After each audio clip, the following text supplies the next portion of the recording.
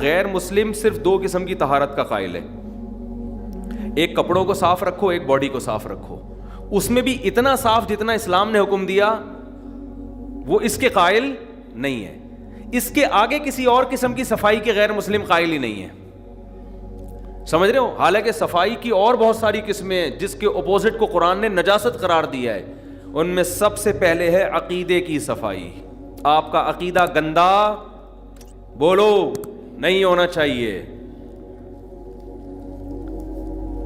عقیدے کی صفائی کے بعد ہے اعمال کی صفائی, عمل صاف کرو. خوراک کی صفائی, خوراک کیا ہونی چاہیے؟ پاک ہونی چاہیے آپ کی. پھر خوراک کی صفائی میں, پھر عمل کی صفائی میں دل کے اعمال کو بھی صاف رکھنا ہے اور جسم سے نکلنے والے اعمال کو بھی صاف رکھنا ہے.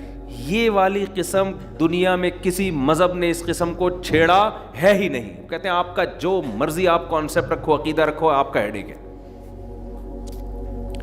ان چیزوں کو انہوں نے اتنا چھیڑا ہے جتنا ان کی دنیاوی زندگی سے, جن کا کمپنی کو جیسے ہے نا کہ وہ کہتے ہیں عمل, اگر کوئی چور ہے تو گندا عمل کر رہا ہے.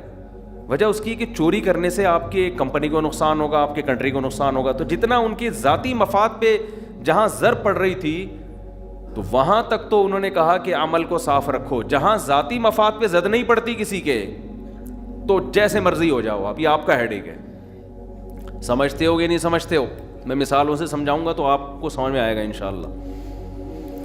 پھر بھی سمجھ میں نہیں آیا تو پھر کہیں اور بیان سنے جا کے. جس کی بات سمجھ میں آ رہی ہے اس کا سنے نا. عقیدے کی صفائی کیا ہے میں مثال سے سمجھاؤں گا, پھر بتاؤں گا تو بات سمجھ میں آئے گی. آپ کے ایک ابو ہیں, قطب الدین ان کا نام ہے. میں ستار وسیم کی جان چھوڑ کے اب قطب الدین پہ آ گیا ہوں, جو نام ہوتا ہی نہیں نا عام طور پہ. قطب الدین ان کا, کیونکہ ہمارے بھی اپنے کچھ ریلیٹو ستار بھائی نکلے. ابا آپ کے, ان کا نام کیا ہے؟ سبکتگین. اور مشکل کر دو نا تاکہ کسی کا ہو ہی نہیں. سبکتگین صاحب ہیں. ان ابا نے آپ کی خدمت کی, آپ کو پڑھایا لکھایا, ہر جگہ دعوتوں میں محفلوں میں اپنے ساتھ لے کے جاتے, تعارف کرواتے, یہ میرا بیٹا ہے. نادرہ میں بھی نام انہی کا ڈلا ہے, سب کو پتہ ہے دلائل کی دنیا میں یہ ابا ہیں, سبکتگین صاحب اس کے ابا ہیں. ایک دن آپ نے اپنے ابا سے کہا, ابا میں ابھی تک کنفیوژن میں ہوں کہ آپ بھی میرے ابا ہیں اور شاید وہ والے بھی ابا ہیں. اب بیٹا چاہے ڈیٹول سے نہا کے آیا ہوا ہو, عود کی خوشبوؤں میں نہایا ہوا ہو, آپ بولو گے یہ کانسیپٹ کے لحاظ سے پلید ہے, گندا ہے, معذرت کے ساتھ گالیاں دو گے, غیرت لیس آدمی ہے یہ. نفرت ہوگی کسی بھنگی اس کی گندگی کی وجہ سے. اتنی نفرت کسی صاف ستھرے آدمی کو نہیں ہوگی جتنی آپ کو اس کے عقیدے سے بدبو محسوس ہونا شروع ہو جائے گی. آپ بولو گے وہ بھنگی تیرے سے اچھا ہے, چمار تیرے سے اچھا ہے. آپ کے دو بیٹے تھے نا, ایک طرح بھنگیوں کی طرح رہتا ہے. آپ کو بتاؤ اسمیل کس میں زیادہ آئے گی؟ اسمیل سے مراد کہ جس اسمیل کی وجہ سے نفرت ہوتی ہے, آپ کو اس کے چہرے سے نفرت ہو جائے گی کہ یار تو کیا کر رہا ہے, تو مجھے باپ ماننے کے بجائے کسی اور کو باپ مان رہا ہے, یا میرے باپ ہونے کا انکار کر رہا ہے. دیکھو انسان کی نیچر ہے ہر بری چیز. دیکھو گندگی سے بھی نفرت کیوں ہوتی ہے کہ وہ بری ہوتی ہے. تو اصل نجاست کیا ہے؟ برائی, وہ اصل نجاست ہے. سلیم الطبع انسان, وہ انسان جو اپنی فطرت پر قائم ہو, اسے گندگی سے محبت ہوتی ہے یا نفرت ہوتی ہے؟ یہ محبت ہوتی ہے, نفرت ہوتی ہے نا. ہاں جو نیچر پہ قائم ہی نہ ہو اسے گندگی سے محبت شروع ہو جاتی. بھنگی کو گندگی سے محبت نہیں ہوتی, نیچر سے ہٹ چکا ہوتا ہے وہ. سمجھ میں آ رہی بات کہ نہیں آ رہی ہے؟ لیکن ایک نارمل آدمی کو ہمیشہ گندگی اور اسمیل بدبو سے کیا ہوگی؟ نفرت. تو یاد رکھو جو آدمی اپنی فطرت پہ قائم ہے اسے برائی سے محبت نہیں ہوتی, برائی سے نفرت, اور برے آدمی سے بھی نفرت. برے آدمی سے بھی اس کا دل اس کی طرف مائل نہیں ہوگا. جب پتہ چلے گا نا یہ آدمی ایسا ہے, چور ہے, تو ایک انسان کی طبیعت اس کی طرف سے کھنچتی ہے. دیکھو جب ہم کسی کی تعریفیں سنتے ہیں, یار یہ ایماندار آدمی ہے, یہ کبھی جھوٹ نہیں بولتا, ایک دم جذبات آتے ہیں نا, اس کی طرف طبیعت مائل ہوتی ہے کہ میں بھی جا کے حضرت جی سے کہ ہاتھ چوموں, حضرت جی سے گلے ملوں, اتنے اچھے ہیں. یہ انسان کی نیچر ہے, چاہے گورا ہو, کافر ہو, مسلم ہو, سب کی نیچر ہے یہ. تو اصل میں انسان کی نیچر یہ ہے کہ اسے گندگی سے نفرت ہوتی ہے. برائی سے نفرت ہونا اس کی علامت ہے کہ برائی بھی کیا ہے, ایک گندگی ہے, میل ہے, مانوی لحاظ سے میل ہے. یہ نظر نہیں آتا, محسوس ہوتا ہے. تو شرک سب سے بڑی گندگی اور نجاست ہے جس سے اسلام نے ہمیں بچنے کا بولو حکم دیا. لیکن دنیا میں اس نجاست پر نہ بیانات ہوتے ہیں, نہ اس نجاست سے اس دنیا میں انسانوں کو بچانے کی کوشش کی جاتی ہے. قرآن کہہ رہا ہے انما المشرکون نجس, مشرک نجس ہیں, نجس. فلا یقربوا المسجد الحرام, ان کو مسجد حرام کے قریب بھی پھٹکنے مت دو.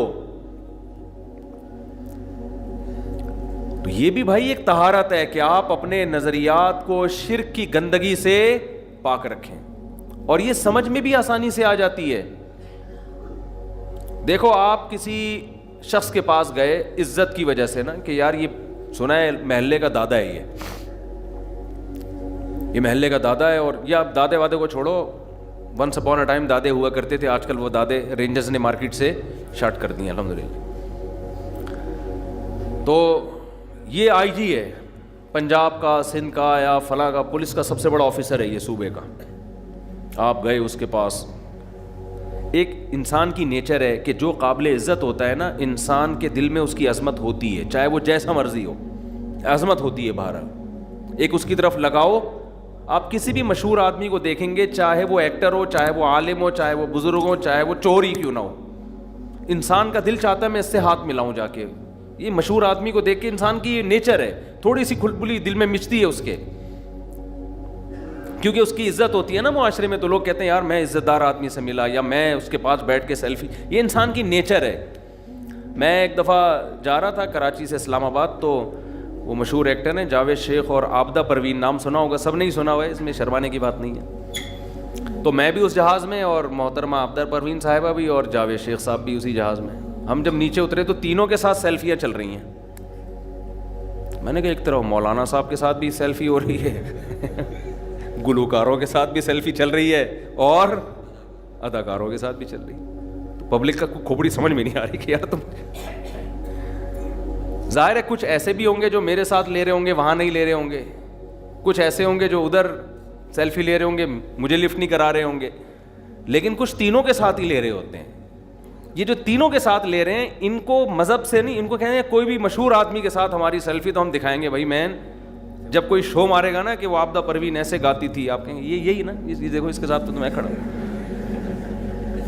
یہ کیا ہے, اس کی کیا اوقات ہے بھائی, میں جب چاہوں سیلفی بنا کے کھڑے تو تم پتہ نہیں کیا سمجھ رہے ہو. تو یہ ہوتا ہے سیلفی کا ایک بڑا مقصد, محبت بھی ہوتی ہے لیکن یہ بھی ہوتا ہے بعض دفعہ. تو اب آپ گئے کسی عزت دار آدمی کے پاس, اس کی عظمت آپ کے دل میں, آپ گئے, سر آئی جی ہے جی, آپ بیٹھ گئے, آپ اس کے پاس جا کے. آئی جی کو آپ نے دیکھا پروٹوکول سے نکلتا ہے, دائیں بائیں گاڑیاں, بڑی عزت. لیکن آپ نے کسی آئی جی کو دیکھا کہ وہ کیا کر رہا ہے, ایک بھنگی کے پاس جا رہا ہے جو گٹر میں گھسا ہوا ہے. معذرت کے ساتھ, بھنگی میری نظر میں قابل توہین نہیں ہے, تو آخرت میں اعمال سے پتہ چلے گا کون جنتی کون جہنمی. لیکن مثال کے لیے تو مثالیں تو اسی دنیا کی سمجھائی جائیں گی نا. تو آپ نے دیکھا بجائے پروٹوکول کے کہ دائیں بائیں گاڑیاں ہوتی اس کے اور سلوٹ ہوتے, یہ کیا کر رہا ہے, ایک بھنگی کو نکالا اس نے اور اس کے سامنے جھکا ہوا ہے ایسے کر کے, سمجھ رہے ہیں, اور اس سے کہہ رہے کہ سر آپ پلیز میرا ایک کام اٹکا ہوا ہے, ٹھیک ہے نا, آپ میرا یہ کام, مجھ پر کسی نے ایف آئی آر کٹوائی ہے, آپ پلیز اس ایف آئی آر سے اب مجھے بچا لیں. آپ کی نظر میں اس واقعے کے بعد اس آئی جی کی کوئی ویلیو رہے گی؟ کہو گے یار یہ تو ہم سے بھی گرا پڑا ہے یار, جس کو ہم لفٹ نہیں کراتے, جس سے ہم اپنے گٹر صاف کرواتے ہیں, یہ تو اس کے پاس درخواست لے کے گیا ہوا ہے. اس واقعے کے بعد آپ اس کے ساتھ کبھی سیلفی بنوانا پسند نہیں کرو گے. انسان کی جو ویلیو ہے نا اس کائنات میں, اشرف المخلوقات, تمام مخلوق میں سب سے زیادہ قابل احترام, ہر انسان آئی جی ہے, چاہے وہ بھنگی کیوں نہ ہو. وہ جانوروں سے کروڑا گنا افضل ہے. اب انسان وہ مقام جو خدا کو دینا چاہیے تھا وہ مقام پتھر کے بنے ہوئے بتوں کو دینا شروع کر دے, وہ مقام قبروں میں مردوں کو دینا شروع کر دے, قبر کو دینا شروع کر دے, تو خدا کی قسم اس نے اپنا مقام اس آئی جی جو بھنگی کے سامنے جھکا ہوا تھا, اس سے ریکویسٹ کر رہا تھا, اس سے بھی زیادہ اپنا مقام گرا دیا اس نے کہ تو اشرف المخلوقات ہو کے خدا. اس نے تو بھنگی کو خدا نہیں بنایا تھا, یہ تو اس کو اس بھنگی سے بھی زیادہ اونچا مقام دے رہا ہے جس کی حیثیت بھنگی سے بھی کم ہے. کوئی چوہے کی عبادت کر رہا ہے, کوئی قبروں کی عبادت کر رہا ہے, کوئی جناب بتوں کی عبادت کر رہا ہے. یہ بت بھنگیوں سے بھی کم درجے کے ہیں, اس لیے کہ وہ تو پھر بھی انسان ہے نا. آپ اشرف المخلوقات ہو کے جس کے لیے پوری کائنات بنائی گئی ہے, آپ اتنی عزت دار ہو کے آپ جھک کس کے سامنے رہے ہو؟ اس سے ریکویسٹ کر رہے ہو کہ میری بگڑی بنا دو, میری شادی کرا دو, میرے روزگار دلا دو, مجھے اولاد نہیں ہو رہی, میری اولاد دے دو. اس لیے قرآن کہہ رہا ہے یہ پلید لوگ ہیں, صحیح ہے نا, گندے ہیں. ان کے 3 پیس سوٹ اور ٹائی کو اور ڈیٹول سے نہانے کو مت دیکھو, ان کے جسم سے جو پرفیوم کی خوشبو آ رہی ہے یہ نہیں دیکھو. یہ عقیدے اور کانسیپٹ کے لحاظ سے کانما خر من السماء, ایسے ہے جیسے آسمان کی بلندیوں سے زمین کی پستیوں میں دفن ہو گئے ہوں. اتنا اونچا مقام دیا تھا اور یہ زمین کی پستیوں میں گھس رہا ہے. کوئی چوہے کی عبادت کر رہا ہے, وہ بندر کی عبادت کر رہا ہے, سانپ کی عبادت کر رہا ہے, اژدہے کی عبادت کر رہا ہے. یہ بندر بھی پتہ نہیں کون سے ماتا کی روح آئی ہوئی ہے اور وہ کون سے روح ہے یہ چوہوں میں گھسی ہوئی ہے. بھائی تو آدمی ہے, انسان ہے. تو اس لیے قرآن کہتا ہے کہ انما المشرکون نجس. اور یاد رکھو کوئی کسی بزرگ کی پوجا پاٹ کرتا ہے نا, دیکھو پوجا پاٹ کی ایک ڈیفینیشن ہے. بہت سے لوگ بزرگ کی پرستش کر رہے ہیں لیکن اس عمل کو عبادت کہتے نہیں ہیں. وہ کہتے ہیں ہم تو ایک خدا کو مانتے ہیں. ایسے عیسائی بھی کہتے ہیں ہم ایک خدا کو مانتے ہیں, لیکن عیسیٰ کو اللہ کا بیٹا بنا دیا تو اللہ کہتا ہے تم ایک خدا کو نہیں مانتے. تو خوب سمجھ لیں آپ کا یہ دعویٰ کہ میں خدا کو مانتا ہوں, یہ دعویٰ اس وقت قبول ہوگا جب اللہ کی شرائط کے مطابق مانیں آپ. اگر آپ نے اللہ کے سوا یا اللہ یا رسول اللہ مدد یا غوث اعظم مدد اور قبروں سے آپ نے مانگنا شروع کر دیا اس سوچ اور کانسیپٹ کے ساتھ کہ یہ ان کو اللہ نے اختیارات دیے ہوئے ہیں, جب چاہیں یہ مدد کر سکتے ہیں, اس سوچ کے ساتھ اگر آپ مانگو گے تو آپ 100 دفعہ اپنے آپ کو کہو میں توحید پرست ہوں, اللہ آپ کے اس دعوے کو قبول کرنے کے لیے تیار نہیں ہے. اللہ نہیں مانتا کہ آپ توحید پرست ہیں. اللہ کہتے ہیں تجھے میں نے اپنے لیے بنایا تھا, میرے سامنے سر جھکا, تو اس بزرگ کو سمجھ رہے یہ عالم الغیب ہے. آج بعض لوگ جاہل پیروں کے پاس جاتے ہیں, وہ سمجھتے ہیں ان کو ہمارے سارے حالات کا پہلے سے پتا ہوتا ہے. او بھائی وہ تمہاری طرح کا انسان ہے یار, اس کو کہاں سے پتا ہوگا؟ لوگوں کا یہ تصور ہے کہ یہ ہمارے سب حالات جانتا ہے اور اس کو فیوچر کا بھی یہ بتا دیں. بزرگ پہنچے ہوئے ہیں, یہ بزرگ کیا ہے؟ بزرگی کا یہ کانسیپٹ اسلام میں ہے ہی نہیں. یہ پیغمبر کا کانسیپٹ نہیں ہے تو بزرگوں کا کہاں سے ہو گیا؟ مشرکین مکہ نبی صلی اللہ علیہ وسلم سے کے بارے میں یہی اعتراض کرتے تھے, مالی حاضر رسول, یہ کیسے رسول ہے, یاکل الطعام, ان کو تو بھوک لگتی ہے کھانا کھاتے ہیں, یہ تو روٹی کے محتاج ہیں, بیمار ہوتے ہیں تو دوا تلاش کر رہے ہوتے ہیں, انہوں نے تو نکاح بھی کیے ہیں, ان کی تو اولاد بھی ہوئی ہے. وَيَمْشِي فِي الْأَسْوَاقِ, اور بازاروں میں خریداری بھی کر رہے ہیں. بزرگ ایسے تھوڑی, پیغمبر ایسے تھوڑی ہوتے ہیں. پیغمبر تو بٹن دبائیں خوراک آسمان سے آ جائے ان کی. انہوں نے تو تجارت بھی کی ہے, یہ تو بیمار بھی ہوتے ہیں. ان کو تو بعض لوگوں نے کیا کیا, منافقین نے صحابہ کی ایک جماعت کو دھوکے سے لے جا کے قتل کر دیا, شہید کر دیا. یہ تو بھولتے بھی ہیں. صحیح بخاری کی حدیث, نبی صلی اللہ علیہ وسلم فجر پڑھانے کے لیے آئے, مصلی پہ کھڑے ہوئے, پھر آپ نے فرمایا یا ایھا الناس انما انا بشر مثلکم, اے لوگوں میں تمہاری طرح کا انسان ہوں, انسا کما تنسون, ایسے بھولتا ہوں جیسے تم بھولتے ہو. اور پھر آپ نے فرمایا مجھ پہ غسل فرض ہے جو میں بھول چکا ہوں. صفیں تیار کھڑی ہوئی ہیں, صحابی کہتے ہیں آپ گئے, غسل کر کے آئے اور آپ کے بالوں سے پانی ٹپک رہا تھا, آپ نے نماز شروع کی. آج کوئی امام یہ حرکت کرے نا, بوٹیاں بنا کے کووں کو کھلائیں گے لوگ اس کی. تو بھول گیا یہ کیسا, یہ امام ہے, اس کو یہی نہیں پتا کہ غسل فرض تھا. انسان پہلے میرے بھائی, وہ عالم مفتی امام بعد میں. اور اسی وجہ سے بعض مسجد میں امام بھولے سے بغیر وضو نماز پڑھا کے پی جاتے ہیں. ان کو پتہ ہے پبلک کو بتائے مار مار کے کھا جائیں گے, یہ کوٹ دیں گے پکڑ کے, یہ کوٹ دیں گے. وہ اس کو پتا ہے میں بول ہی نہیں سکتا کہ یار میرا بھول گیا بھائی میں. ابے تو بھولنے کے لیے تجھے رکھا ہے ہم نے یہاں پہ,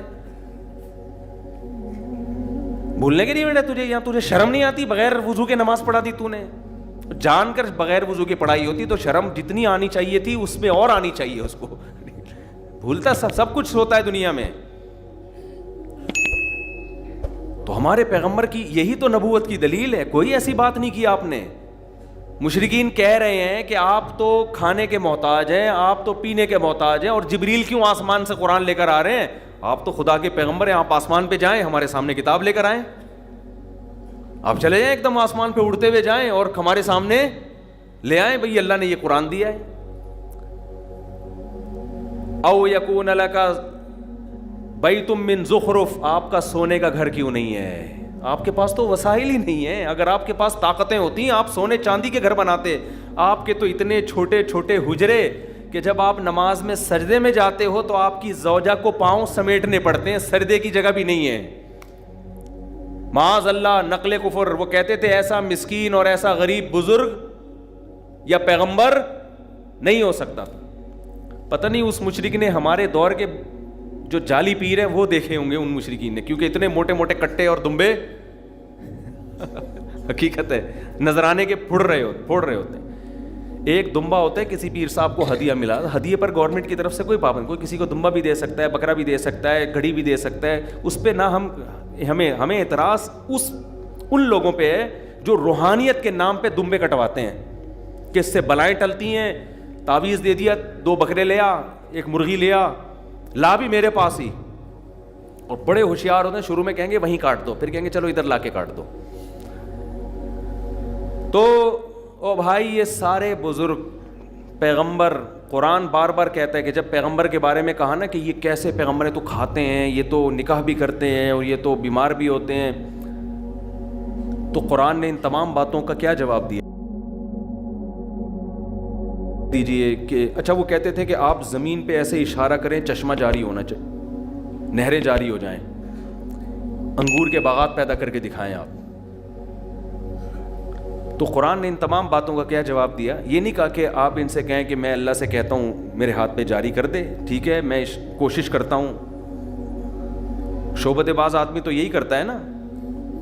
ہمارے پیغمبر نے کیا کہا؟ اے نبی, قرآن نے کہا اے نبی آپ ان سے کہہ دیجئے سبحان ربی, میرا رب ہر عیب سے پاک ہے, وہ سب کچھ کر سکتا ہے, میں کچھ بھی نہیں کر. میں نے اگر چاند کے 2 ٹکڑے کر دیے تھے تو میں نے کیے ہی نہیں تھے, وہ کس نے کیے تھے؟ وہ اللہ نے کیے تھے. تو جب وہ کروا دے گا تو کر لیں گے, نہیں کروائے گا تو بھائی میں تھوڑی کچھ کر سکتا ہوں. هل كنت الا بشرا رسولا, میں تو ایک انسان ہوں اور خدا کا بھیجا ہوا پیغمبر ہوں. انما انا بشر مثلکم, تمہارے جیسا انسان ہوں, جیسے تمہیں روٹی کی حاجت ہے مجھے بھی حاجت ہے. تم بیماری میں تکلیف میں ہوتے ہو, میں بھی تکلیف میں ہوتا ہوں. اوعکو کما یوعکو رجلان, حدیث میں آتا ہے مجھے بخار کی تکلیف عام آدمی سے دگنی ہوتی ہے. ہمارے ہاں عجیب ہی کانسیپٹ بنائے ہوئے ہیں نا نیک آدمی کا کہ یہ اس کو تکلیف نہ ہو, کوئی فالج ہو گیا تو یہ نیک نہیں ہے, اس کو عذاب آیا ہے. بھائی سب کچھ ہے, بڑے بڑے بزرگوں پہ فالج بھی ہوتا ہے, لکوہ بھی ہو سکتا ہے, آنکھی بینائی بھی ضائع ہو, یہ سب اللہ کی طرف سے ہے دنیا میں, یہ سب کے ساتھ سب کچھ ہوگا. ان چیزوں کا نہ بزرگی سے کوئی تعلق نہ نبوت سے کوئی تعلق ہے. تو بزرگ کو اپنے جیسا انسان سمجھا کرو, ٹھیک ہے نا. سوال پیدا ہوتا ہے پھر اس کو لوگوں پہ فضیلت کیا ہے؟ فضیلت یہ ہے کہ وہ شریعت پہ چلتا ہے اور آپ نہیں چلتے.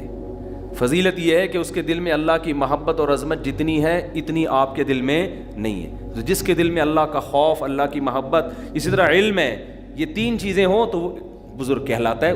اس سے محبت کیا کرو جیسے اپنے باپ سے محبت کرتے ہو. باپ سے محبت تو کرتے ہو لیکن پتہ ہے باپ بگڑی نہیں بنا سکتا. ماں کی عظمت محبت دل میں ہوتی ہے, ماں کے ہاتھ بھی چوم لیتے ہو عقیدت میں, لیکن کبھی ماں سے مرادیں نہیں مانگتے کہ ماں کے بارے میں یہ نہیں پتہ ہوتا ہے یہ عالم الغیب ہے. آپ کو پتہ ہوتا ہے کہ میں کیا کر کے آ رہا ہوں اور میں مدنی مسجد کا اماں کو ٹوپی کرا رہا ہوں, اماں کے فرشتوں کو بھی پتہ نہیں چلے گا.